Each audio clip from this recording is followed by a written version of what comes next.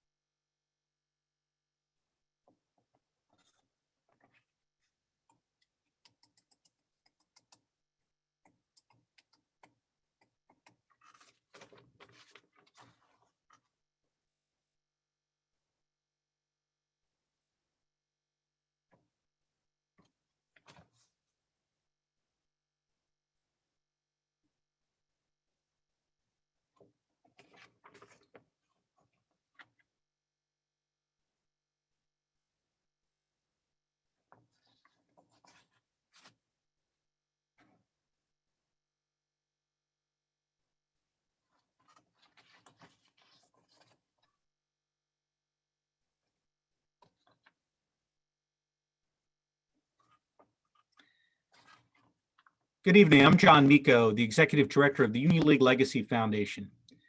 And it's my pleasure to welcome you to this public affairs program on the COVID-19 crisis. The Legacy Foundation is the nonprofit charity of the Union League of Philadelphia. Guided by the United States Constitution and the history and the values of the Union League of Philadelphia, the Legacy Foundation creates better citizen leaders among our members, our community, students, and the general public. We do this through programs, civics and constitutional education programs, like exhibits, like the one you see behind me, our exhibit on naval battles of the Civil War, through publications, through college scholarships to future citizen leaders of tomorrow. Recently, in the COVID crisis, due to the furloughs of most of the Union League staff, we've also taken on the added responsibility and fundraising for the Union League Employee Emergency Fund. And I'm thrilled that over $600,000 has been donated to date to help families that are struggling due to the COVID crisis. My thanks to all those that have donated to that. And to learn more about that, please look at your banner. If you're a Union League member, your magazine, the banner should be in your email boxes tonight or tomorrow morning. We have a lot of very thankful employees, and you'll hear their stories in a very nice article. So thank you for that. Also, I'd like to thank our donors to the Legacy Foundation annual giving program, in particular our Founders Circle and Lincoln Leaders. It's only through your support, through your voluntary support of this great charity, that we're able to bring programs like tonight's program to you. Before we begin the program, a few housekeeping items. For those of you who are watching on Zoom, down at the bottom, you can ask questions on the Q&A button, which is right in the middle of the bottom. You can ask a question anytime during the program, and our moderator will try to get to as many of those questions as we can. We are not able to use that function on YouTube if you're watching on YouTube. Now it's my great pleasure and honor to introduce the Vice President for Activities for the Union League of Philadelphia, Bob Cavalier. Bob.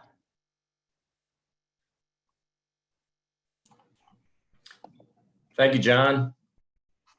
I want to thank Kira Foley-Tusman as well for her contribution to tonight's program and all of our programs that we have. Also, Steve Target, a fellow member who is the program director for the Legacy Foundation. All of the efforts that they put together really provide us as members with tremendous programming, really give us value to our membership and keep us current with affairs that are going on. The public affairs program is, as everyone knows, is under the Legacy Foundation. And I want to give special thanks to the leadership from our chair, Joan Carter. Before I turn to the program, I'll just give a few remarks about the Union League of Philadelphia. I was in contact with Jeff McFadden today when we had a virtual activities committee meeting. And I'm also in constant contact with our president, Charlie Davidson. So I'm happy to report the League House is doing well. It's secure. We had a few minor insults, but with tremendous preparation and planning by Jeff McFadden, by his management team, by the staff, by President Davidson's leadership and guidance and support, facilitated with the board of the Union League, we are in a strong position. Our house is well, our finances are secure, and when the time comes for us to be able to reopen as we used to do or something close to that, I believe everyone will be very pleased with how quickly we're able to launch back into life at the Union League as we're all grown accustomed to it. So thanks to them for their efforts and their support. And I'm sure if we were not on this virtual Zoom, there'd probably be a standing room only applause going on right now. So thanks to them. As for tonight's program, it concerns COVID-19 and China. And we're very pleased to have as our moderator, Jay Nordlinger. As many of you know, Jay is a senior editor for the National Review, and he's a book fellow of the National Review Institute. He writes about a variety of subjects, including politics, foreign affairs, and the arts. For the National Review website, he writes a column called Impromptus. He hosts many podcasts and is the creator of The Human Parade with Jay Nordlinger, a TV series bringing hour-long interviews with various personalities. His latest book, interesting, is Children of Monsters, an inquiry into the son and daughters of dictators. He's also author of Peace, They Say, a history of the Nobel Peace Prize. Some 100 pieces are gathered in, also another one, Here, There, and Everywhere, collected writings of Jay Nordlinger. We're very pleased to have Jay here tonight and thank him very much. As many of you know, this is his second program for us in recent months that he did moderate. We had a wonderful gold medal presentation to Condoleezza Rice on September 11, 2019. And we were fortunate to have Jay Nordlinger moderate that conversation, which was fascinating. Tonight, Jay will introduce our guests. And I looked up these folks on the internet a little bit before and looked at some of their credentials. We truly are fortunate tonight to have some real experts and some real heroes. And I'll let Jay take it from here. And thanks all for participating in our program. Well, thank you, Bob, and thank you, John. Thank you to the Union League in general. It's a pleasure to be back, so to speak, although I look forward to returning to that beautiful building one day, maybe. Well, we have tonight two of the best China people I know, two of the foremost experts, one American, one Chinese. I've relied on them for many, many years in my writing and podcasting and so on. I'm loath to do anything about China without consulting them. I should pay them royalties for how often I've leaned on them. Sarah Cook is from Freedom House. This, as you know, is the organization in New York that was founded at the urging of Einstein. Sorry, that's the International Refuge Committee. That's something else. I link that and Freedom House somehow. Freedom House is a magnificent organization. Max Kampelman was chairman once. Sarah is an expert on China and the rest of East Asia. She studied in California and in London. She has multiple degrees. She's the director of the China Media Bulletin. Janli Yang is a democracy activist, former political prisoner. He was at Tiananmen Square. Tomorrow, June 4th, is the anniversary, and I'm looking at my calendar here. He came to the United States as a student, I believe. He has 2 doctorates, one in math from Berkeley, one in political economy from Harvard. His organization, if I haven't said it, is Citizen Power Initiatives for China. That's based in Washington, D.C. I'd like to ask some general questions. And the first is this. How much responsibility does the Chinese government bear for this pandemic worldwide? Sarah, please begin if you don't mind. Sure. I think the Chinese government does bear a good amount of responsibility when you really look at the timeline of what emerged towards the end of December and early January and throughout January. And as part of the China Media Bulletin, which we publish each month, a couple of months ago, I really went through like some very extensive timelines and Chinese media reports. And I think, I think a lot of us have heard about, these cases of the doctors, in the end of December and early January, that were trying to share on Chinese social media applications warnings about this kind of mysterious SARS-like pneumonia that they were seeing, and to warn other doctors and other hospitals to take precautions. And they were actually taken in by the police and reprimanded. And even more than that, Chinese state media reported that this had happened and that there were 8, quote, rumor mongers that were talking about this SARS-like disease that was spreading in Wuhan, and that this was all just rumors and you shouldn't pay attention to it, and that those people had been punished. And, you know, of course, lo and behold, it turns out they were absolutely right. And I think, you know, particularly the young doctor, he was just in his 30s, Li Wenliang, ended up catching the disease and passing away as a result of it. But when I was looking at at some of the other reporting information that's continued to come out, well, there were 2 things that really struck me about the depth and breadth to which the cover-up and the efforts, the various ways in which the Chinese government and Communist Party's authoritarian system really served to suppress our early reporting and the kind of information that could have alerted the world sooner or prevented as many people from traveling, not only out of China, but through China during that period. You had a lot of people from Taiwan, from other parts of the world, going to Wuhan, visiting family, and then leaving during that month of January. And there were 2 things that struck me. One was that what happened to those 8 doctors was only one of several examples of medical professionals being silenced, or various other forms of kind of scientific analysis being suppressed. And the other was that it was not only the local Wuhan government officials that had taken actions to suppress early warnings. You had a situation where there were some of these other suppression of scientific knowledge was in other provinces. Very clear indications that central authorities in Beijing were aware of something that was going on.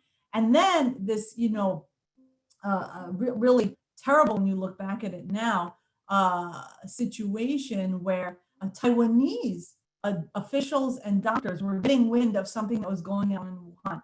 And at the end of December already, they tried to alert the World Health Organization to the fact that there may be human-to-human transmission. And still 2 weeks later, Chinese officials were saying that they weren't sure that there wasn't evidence. There's this kind of historic tweet now that the World Health Organization had issued saying the Chinese government authorities said there was no human-to-human transmission. And of course, we know now that there was. So I think those are 2 ways in which you see the extent to which there were cover-ups within China, but also other problems that emerged in other places that really prevented this from being nipped in the bud in the early weeks and really, limiting the expansion. Sarah, let me ask you this. It's a blunt question, almost a cheeky question. Is a police state, is an authoritarian government better equipped to stop an epidemic or a pandemic than a liberal democratic government, which we all favor? I mean, these people can throw their weight around. They don't have to observe any niceties. There are no civil liberties. Shouldn't they be able to beat this with more alacrity than the likes of us? I mean, what good's a dictatorship for, if not quelling a pandemic? That's a good question. And I think, the way things have played out have added arguments to both sides of that. I mean, I think what happened in the early months was actually the actual functioning of the dictatorial political system in China, suppressing these reports, which is essentially what the system does. And so I think that really is what stopped it from, being stopped earlier. But once officials at the top had basically decided that, wow, this is really a problem, we better lock down tens of millions of people, and use various surveillance apps and things like that to monitor, it does seem like they were able to gain control of it in many parts of China. One of the things we still don't know for certain is that there's been so much cover up of the actual and lack of transparency in terms of the actual number of deaths and cases in China, in Wuhan or elsewhere, and various reasons to believe that that's been suppressed or even deliberately manipulated in different provinces, not only in Wuhan. That's really hard to get a grip on what actually happened. Yeah. I mean, I think there was a study, and I haven't looked at it in depth, But I think this has played out so differently in different countries. And obviously in the United States, it's taken such a terrible toll, both the human costs and in terms of the economy. But there was, I think, a study that did look at democracies versus authoritarian regimes in terms of dealing with the pandemic. And overall, democracies came out on the better end of it, at least so far. And of course, Taiwan is one very, very strong example, as well as South Korea, in terms of other examples in Asia and globally that have handled it very well and really gotten a good grip on it without taking some of the measures that we have had to take in the United States, or that certainly the Chinese government took in China. John Lee Yang, my friend, weigh in, comment on whatever you've just heard, and be sure you're unmuted, John Lee. I see her. John Lee, can you hear me and unmute yourself? Now You have the floor. Speak away. Yes. Why I'm muted? Can you hear me? I can. You have the floor. You can. Okay. Yes. Obviously, we don't have every detail about the decision process, how the China make a decision respond to the virus outbreak. But we do know enough to make a very, very strong conclusion that China is largely responsible for this global crisis for many reasons. You know, we are in the final process of finishing up a research report in which we have found, in addition to what Sarah just said, Xi Jinping, at latest, he was aware of the epidemic on the last 2 days of last year.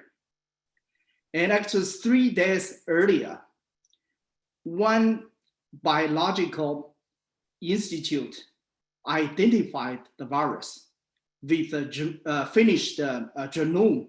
I don't know how to describe it in the professional terms, but anyway, 3 days earlier, they already identified the virus.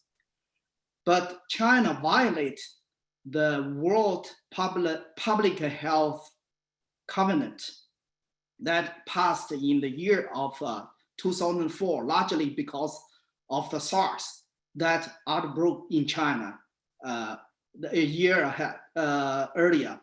And that covenant was put in effect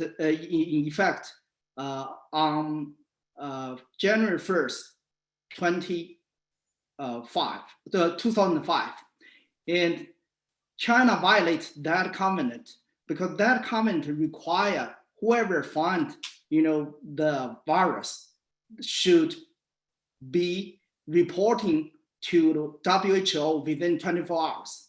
But China waited for another almost 2 weeks to actually give the full information about the virus genome to WHO.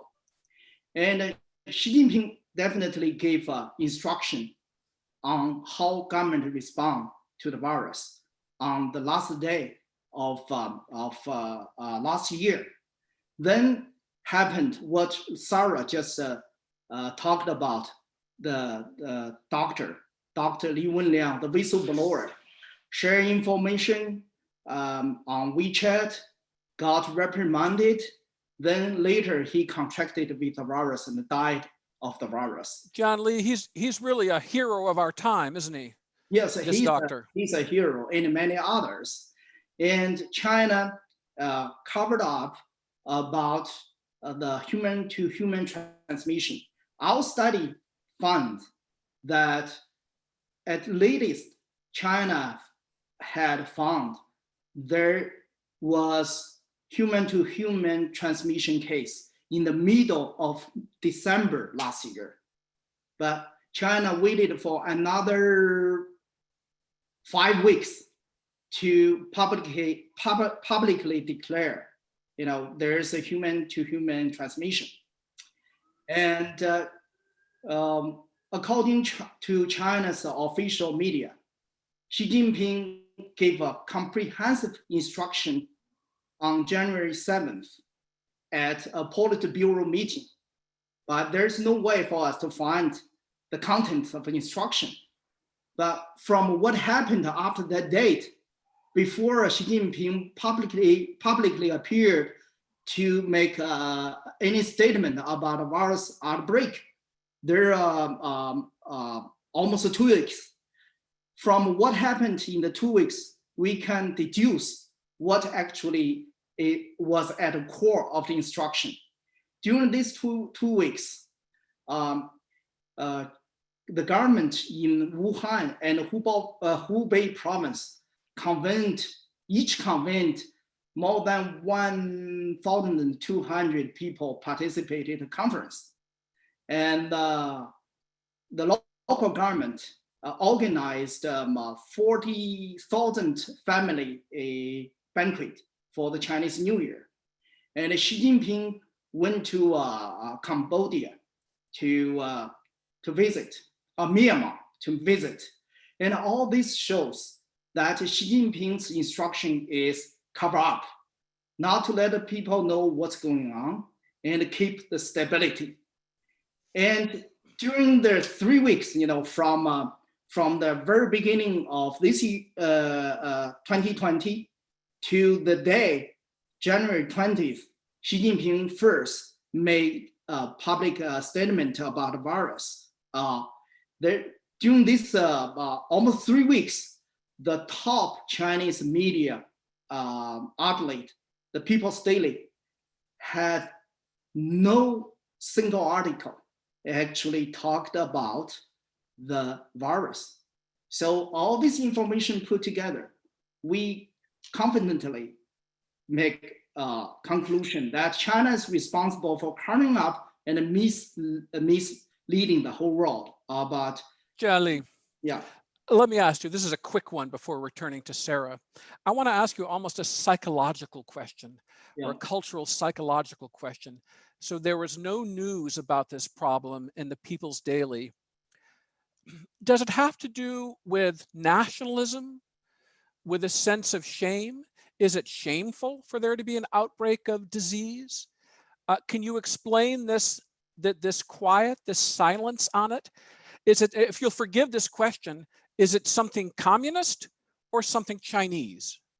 I think this is a very complicated question. I think the most important factor is Xi Jinping himself. China had a tremendous experience in the episode of SARS. And after that, they established a very well-functioned reporting system on their, this kind of a virus. And he got information, he got a report, but that's his mindset that actually determined how to respond. Because, he is a great leader. The great leader, Chinese believe when great leader rules, no such a thing should happen. Yes, I see. Yeah. Yes. And he himself, I think, believes that. So he tried to cover up, to let people to continue to celebrate the New Year, to show that, people, how happy the people are under his leadership. I understand. Yeah, I think that's the mindset actually determined that policy course. Sarah Cook of Freedom House. Again, I'm going to put a question in a cheeky, possibly annoying way. All of our lives, I think, we have heard that this or that is going to rock the Chinese Communist Party. This is going to shake the Chinese Communist Party. And the darn party rules on and on. Could this actually shake the party or dent it, do you think? I think the pandemic and the loss of credibility, as well as the economic downturn, where even the Chinese government is admitting for the first time that they're looking at, possibly negative GDP growth, certainly undermines and some of the pillars, right, of the party's legitimacy, particularly since June 4th. But I also think that the Communist Party has very much recognized that.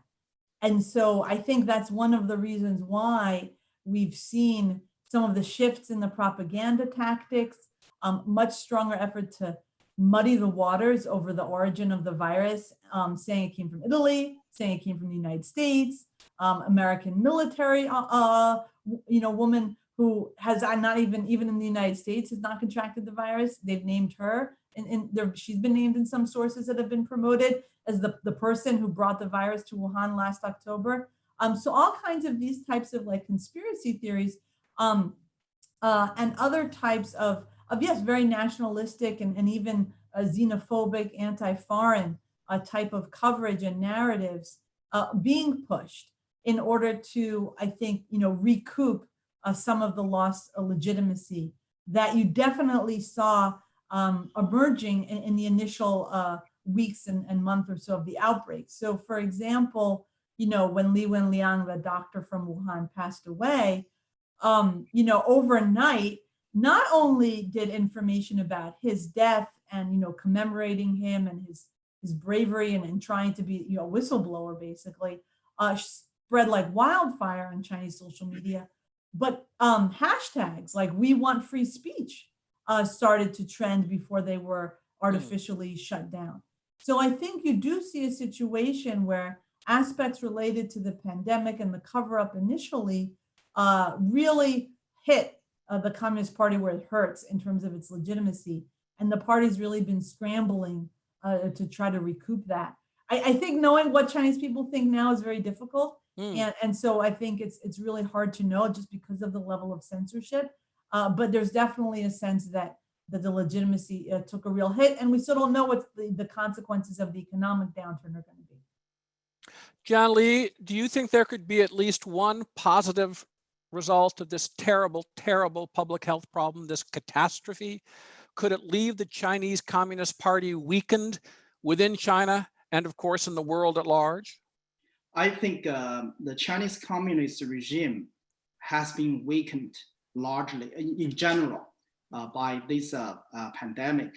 But I agree with what the analysis that Sarah just gave. It's very, very good analysis. In the early stage, China, the regime really took a big hit on its legitimacy. And this virus outbreak exposed, if you will, the bankruptcy of this regime, and especially at the death of Dr. Li Wenliang. There appeared to be a brief period that the regime lost the control.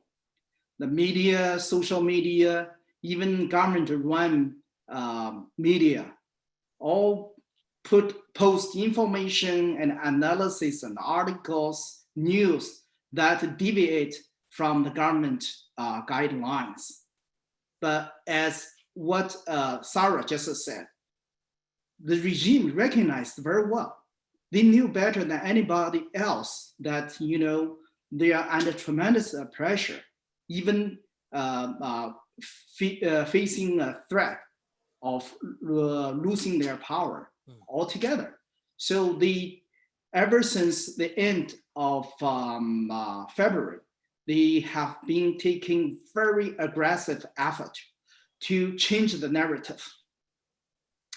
And at that time, the major countries in the world were very busy responding to the crisis.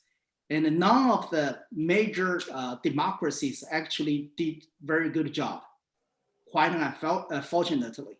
So the Chinese communist regime saw that opportunity to impose its narrative, to play all the situation to its advantage.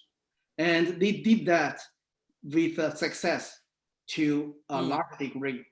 Now in China, a lot of people believe China's narrative, although at early stage, the government covered up that resulted some kind of disaster in Wuhan and the rest of China.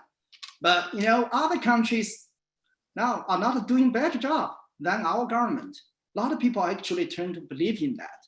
But what I want to tell is the most significant thing actually happened within the party. Those who are in the policy making, decision making process, they know better than anybody else how this great leader reacted to this crisis. So I think Xi Jinping further lost the trust with his comrades. And they're definitely undercurrent to try to form viable opposition against him. There are a few cases can be seen as an indication. Ren Zhiqiang, he is a very close friend to Wang Qishan, second most powerful person in China, actually came out to call Xi Jinping a clown without clothing, trying to be emperor. And a few other scholars and activists also. I can't imagine that people could get away with such language. Oh yeah, he is being detained as we speak. And definitely, I think Xi Jinping further lost the credibility and legitimacy with his comrades. And we did see the power, the energy hidden in the closer society of China during the brief period when people just broke out at the death of Dr. Lin Wenliang. Yes. I think that energy, if there is opportunity, will break out again, and form a viable opposition. So I think in the long run, the government legitimacy is undermined by this crisis. Well, Sarah and John Lee, I'm doing some skipping around here. Sarah, let me put it to you. Is it lights out for Hong Kong? Is Hong Kong's semi-separate existence coming to an end? Is Hong Kong now being swallowed by the PRC at large? Very possibly, yes. I mean, to be honest, the move at the National People's Congress last week really came as a surprise and a shock to a lot of people, because we'd already seen inklings that, there was starting to be pressure on the Hong Kong government again to pass a national security law, which technically in the mini kind of constitution that governs Hong Kong was supposed to be implemented. But back in 2003, when they tried to push it through, it brought 500,000 people to the streets. And back in those days, that actually made them drop the bill, as opposed to what happened last year in Hong Kong that took much more to get a bad law taken off the docket and with much cost, which continued to promote, prompting more protests. So I think it was really a shock and a surprise. And the national security, there are a few aspects. One is whatever this law would be, and I think we still don't know the precise provisions, but from what we know in terms of it targeting things like separatism, subversion, those are exactly the very type of criminal offenses that peaceful people in China, political activists, ethnic minorities, are human rights lawyers are actually jailed for, in some cases, for very long periods of time. Liu Xiaobo was sentenced for inciting subversion, I think. Let's just identify him as the Nobel Peace Prize laureate, and a very well died a political prisoner. Pro-democracy advocate who died of cancer in custody subsequently. So I think in terms of, if you look at how those types of provisions are applied in China, should they come into effect in Hong Kong, you're looking at a large number of potential political and even religious and ethnic minority prisoners. The other aspect is the way it was done. The Hong Kong actually has a legislature, and half of it is basically democratically elected by universal suffrage, and that's part of the manipulation, because every time there are elections for the legislature, the pro-democracy camp wins the vast majority of those seats that are universal suffrage. So then the pro-Beijing has to kind of manipulate the other half in order to ensure that they still have an overall majority. And basically, they completely bypassed the legislature. They were like, we're not even going to go through the Hong Kong government. We're just going to impose this directly from Beijing. And that's never been done before. And I think the big question is what's going to happen with regard to the courts in Hong Kong. But already there's inklings of saying some of the expat judges would not be allowed. We're just really not quite sure how it's going to play out. And technically, the National People's Congress in Beijing, in China, ultimately is kind of like the Supreme Court over Hong Kong. So even if you were to make it through the various levels of appeals within Hong Kong or certain judicial interpretations that might be more in favor of civil rights and civil liberties, you could end up running into the National People's Congress Standing Committee interpretations. So I think we still have to see how it exactly plays out, but it's a very, very real threat. And to many, many people, ranging from political activists to people who practice Falun Gong or Tibetans or Uyghurs who happen to live in Sarah, I'm going to give you an impossible question. Mm-hmm.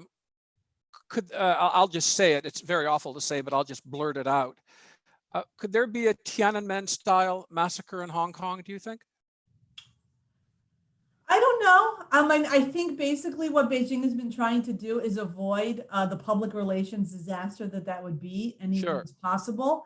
So I think one of the things this law seems like it would do is that it would also enable Chinese public security forces, not necessarily always the military, but the public security, the secret police, to operate directly in Hong Kong, which until now they haven't officially been able to do, though we suspect in some cases that happens. So I think you're going to see a lot more instead of what we've already been seeing, which is arrests in the middle of the night of people being taken away, and the use of various types of technical surveillance to catch people. And that's one reason why more and more Hong Kong people are deleting their social media feeds. They're finding ways to use the internet without being anonymously, without being observed. So I think you're more likely to see that than necessarily tanks rolling into Beijing. But the human cost for that, and then the societal cost numerically, and it could still be quite significant, even if we don't see widespread, bloodshed on the streets like we saw in Tiananmen.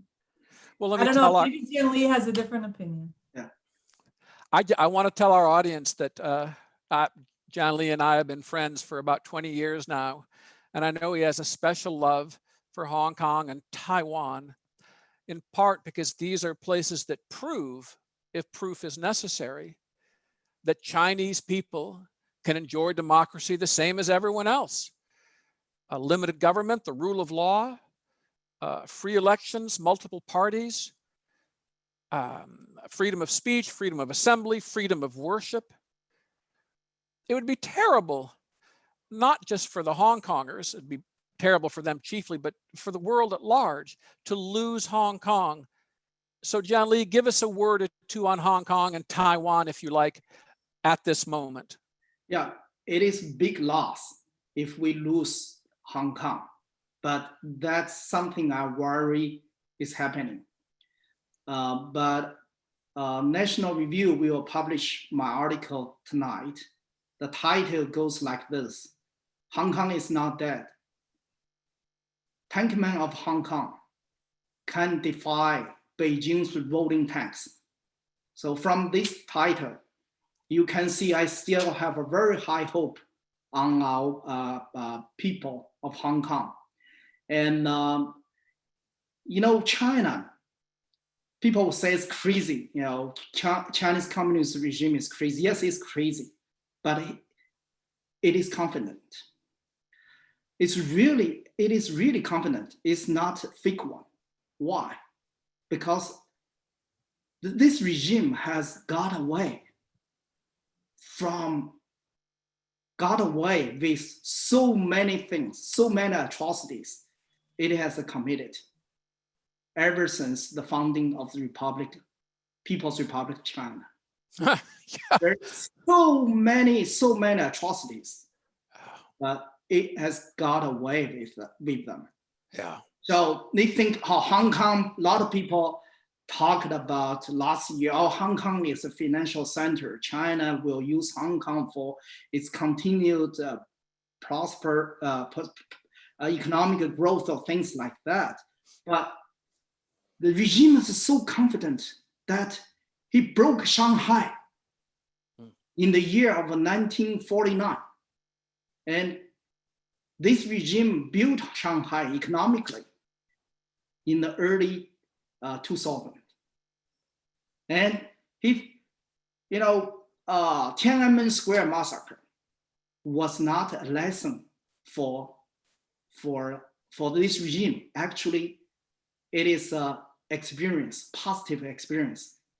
So they tend to believe it showed what they can get away with. They can get away with this kind of atrocity. The world will cry for a week or two, and then we move on. Yeah, after a very brief time, economic slowdown, we went on the prosperity, and we built China economically. So they have such confidence. We have to be aware of that. So before I forget, there's one very important, going back to the COVID-19 crisis, very important point I want to make. That is, once the outbreak became a global pandemic, one thing became inevitable. That is the contest of two systems, democracy and autocracy, and comparison. People inevitably compare these two systems. Quite unfortunately. Taiwan versus the PRC, two Chinese countries in a sense. PRC, Taiwan, of course, is shining democracies now. It helps the democracy to win this contest. But this contest, this comparison has raised a very serious question about democracy. That's a very serious question we have to face and discuss in the future time. But now, that's not what I want to talk about. Look at the countries on earth. Democracy, autocracy, big, small, wealthy, and poor, all have been doing poorly in responding to the virus. Why? There must be one common factor that plays the role. You know what I'm saying? Let's put aside, the nature of a system. Let's look at why. No matter how big, regardless of the size of the country, regardless of the nature of the country, all responded poorly with a very poor performance. There is some common factor that play the role. Now, what it is? That is the fact that the Chinese government misled the world. That's the common factor. And WHO colluded with China in doing so. Just yesterday, Associated Press reported that their reporters got recordings of WHO's internal meeting that revealed that WHO struggled, even begged China for information for a period of 3 or 4 weeks, the most important, most critical time, 3 or 4 weeks. They were begging for information about the virus. Yep. And at the same time, the head of WHO lavishly praised China for its for being responsible, swift reaction, and transparency. John Lee, I'm going to cut you off. I'm going to put you guys on the clock. I'm going to be a tyrant. I'm going to be like a CCP official from here on out. Sarah Cook, I want to sneak in one question to you before turning to some audience questions. And I'll put it this way, the World Health Organization, emotionally, I'm for a US withdrawal because the WHO has behaved so badly, so irresponsibly. Emotionally, I might want to turn my back on them, defund them, and say, to heck with you, to put it very nicely. My head tells me that our withdrawal, as in other retreats from the world stage, might be a gift to the PRC. What say you? I think you're muted, my friend. Sarah, unmute yourself. Yeah, okay. Sorry.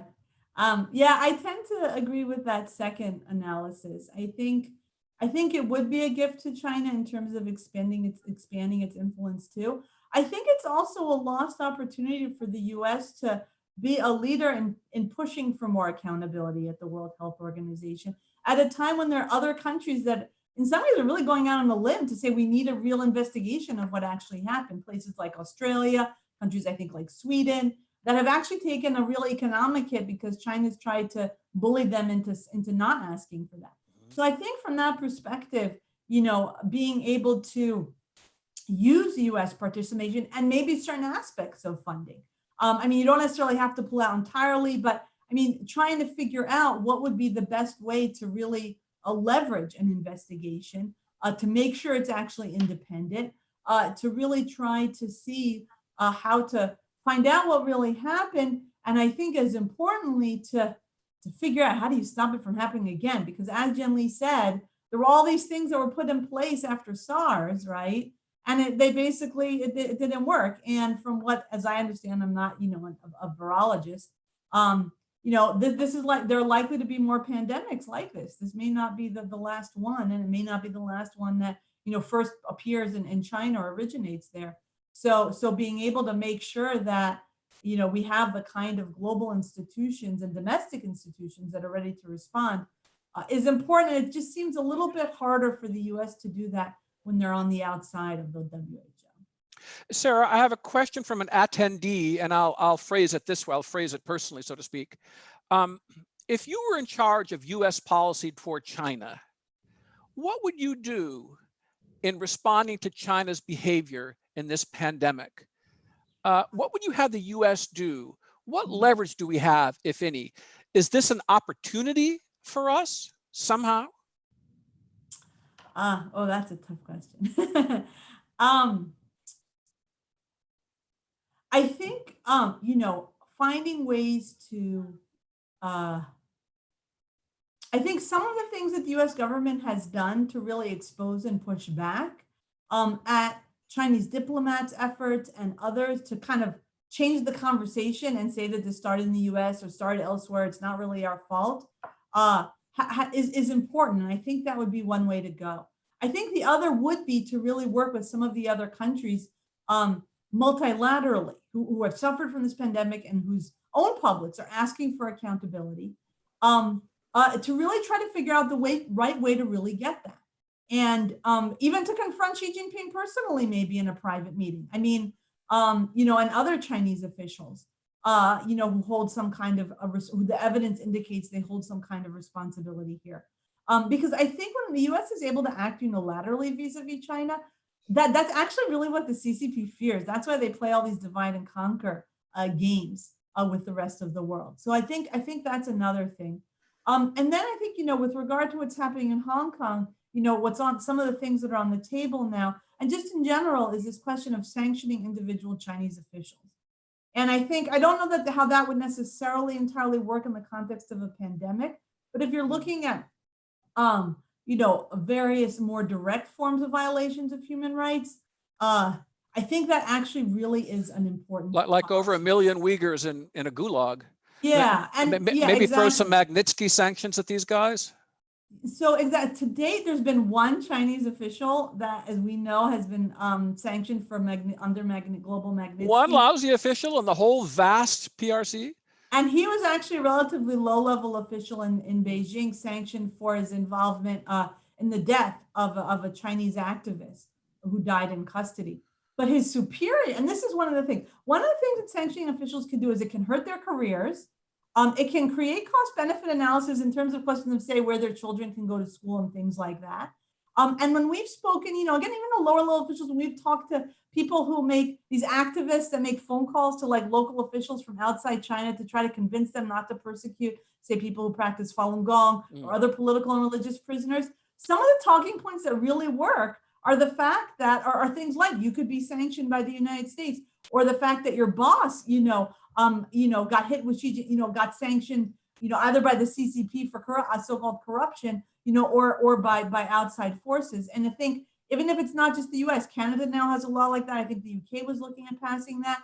having situations where Chinese officials start to see that they actually can't travel freely because they're afraid of visas are going to be hit, their assets are going to be hit, can really change the cost benefit calculations and actually save people's lives in China.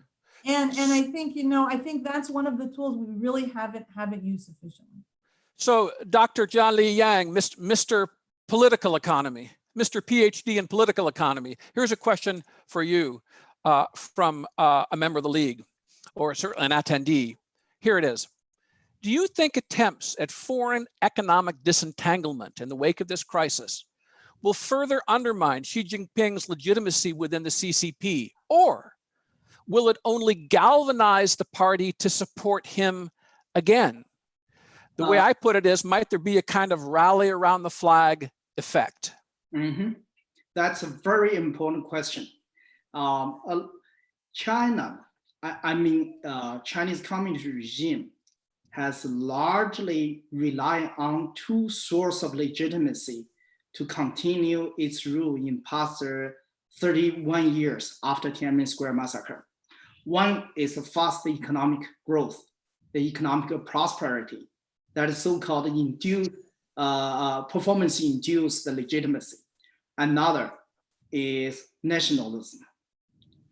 Now, with the persistent economic slowdown, my prediction is Xi Jinping and his regime will intensify using the second, nationalism as a card to play. So that explained its recent aggressive actions, both in China, both domestically and internationally. But we have to remember, Chinese nationalism has many aspects. One aspect is natural. Everyone loves his own country. That comes very naturally. But in China's context, nationalism is very much orchestrated by the regime.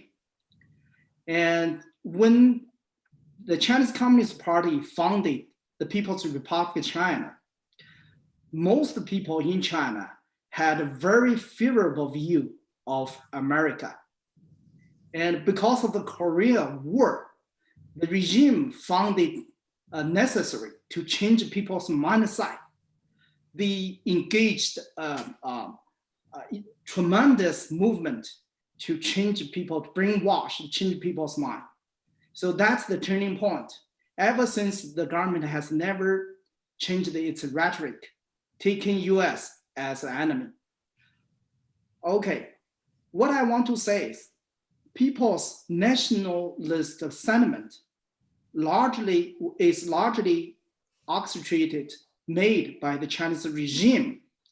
And many people in China, because they want to participate in politics, so-called politics, but they have found this is the only way to participate in politics. If China become liberalized, then people have a chance to care for their own local politics. Yes. For example, the city, the tax, and everything, welfare. They have a very little to care about. The things on the national level. So that sentiment would be subsided. And finish your point, but we're down to our last couple of minutes, and I want to ask you another question, and Sarah. But finish your point, and then I'll have a question for you. So the nationalism that we are seeing in China largely depend on the orchestration of government and the Chinese economic performance. If China remained a poor country in the past 30 years, you would not see this kind of level of nationalism. So when the economy has a problem in China, I think it will undermine the legitimacy of the government. Eventually, will also dampen the nationalism. John Lee, I have a personal question for you and a personal question for Sarah. The question for you, John Lee, comes from an attendee who says, do you feel threatened by the Chinese government? Of course, we constantly under harassment, even in US. through all kinds of ways, friends approach and cyber attack, and also the harass our family members in China. But physical security in US, I have confidence. I don't think there is any problem with that. Sarah Cook, you're an all-American girl. I'm an all-American boy. Why do you love China? Why did you fall in love with China and its language and its people and its rights, its suffering, and so on? That's a good question. Well, I guess there's two parts to the answer. One, I'm not entirely all American because I'm actually part Israeli as well. I didn't know that. And, and I think, ironically, perhaps my initial kind of awakening to human rights issues happened when I was in Israel, and actually serving in the military. And I started to see for the first time really what was going on. You're an IDF-er. In the IDF, yeah, and refugee camps in China and the like. And then later, I first encountered human rights in China with regards to people who practice the Falun Gong meditation. And I went to the UN Human Rights Commission. I was trying to help a group submit these cases of torture. And this is a meditation practice became very popular in China in the 90s. And then like overnight, the Chinese Communist Party banned it and launched this vicious persecution. And I went there and I met these people who were so well educated. They were middle class. There were people like Jen Li, and they were not, and in many ways, they didn't even self-identify as activists per se until before the persecution started. And they had been, they had master's degrees and they were working for the Asia Foundation and got sent off to a labor camp all of a sudden. And I think for myself on a very personal level, that just started making me ask questions for how does that happen? How do you have a regime and people like that ostensibly can contribute to society? And there are so many other examples in China. We've seen this repeating over and over. Chinese human rights lawyers, people like Gao Zhishang, people like Jen Li who end up in prison, people like Liu Xiaobo, all of these Uyghurs now, who many of them, some of them are even Communist Party members. Some of them are presidents of universities, people who speak fluent Chinese. These are not necessarily people who were, quote, separatists, and the system turns against them. Same in and the Soviet so for Union. me personally, and since then, I've gotten to know so many people who have been personally on the receiving end, of Chinese Communist Party repression. So then that motivates you more when you know people whose families are still jailbroken. Well, before going back to John Miko, I just want to remind people who our panelists are and where they work. We've heard from Sarah Cook of Freedom House. I screwed up the origins of that organization earlier, but Freedom House is, by my lights, the leading freedom, democracy, human rights organization in the United States. John Lee Yang runs an outfit called Citizen Power Initiatives for China. Thank you so much. John Miko. Yay, thank you, Sarah, John Lee. What an excellent presentation. One of the very first comments that was made in our chat room by an attendee was, China is so important, we should do a program like this all the time. And I certainly, I don't disagree with that. And I'd love to be able to do something like this back at the Union League with the three of you. So maybe when we get back up and opening, we can do this in person very soon, I hope. Thank you again. Jay, thank you for putting it together. It was a wonderful program. We learned a lot, and we continue to learn at these public affairs programs. My thanks to Kira and Joe for putting together all the technical aspects. Next week's program will be with Russell Roberts. Russ is a economist, and we're going to talk about COVID-19 mistakes, lessons, and unintended consequences. I think it's going to be a wide-ranging discussion on lots of topics, from economics to foreign policy to human nature. And it should be really a very fascinating program. So that's at 5:30 next Wednesday, June 10th. Russell Roberts, COVID-19 mistakes, lessons, and unintended consequences. Thank you so much, everyone, for attending. Have a wonderful and safe night. Thank you.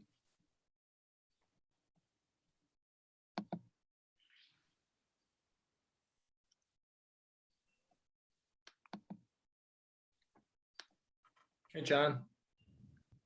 Hey, Bob, how we doing? Good program. Really good.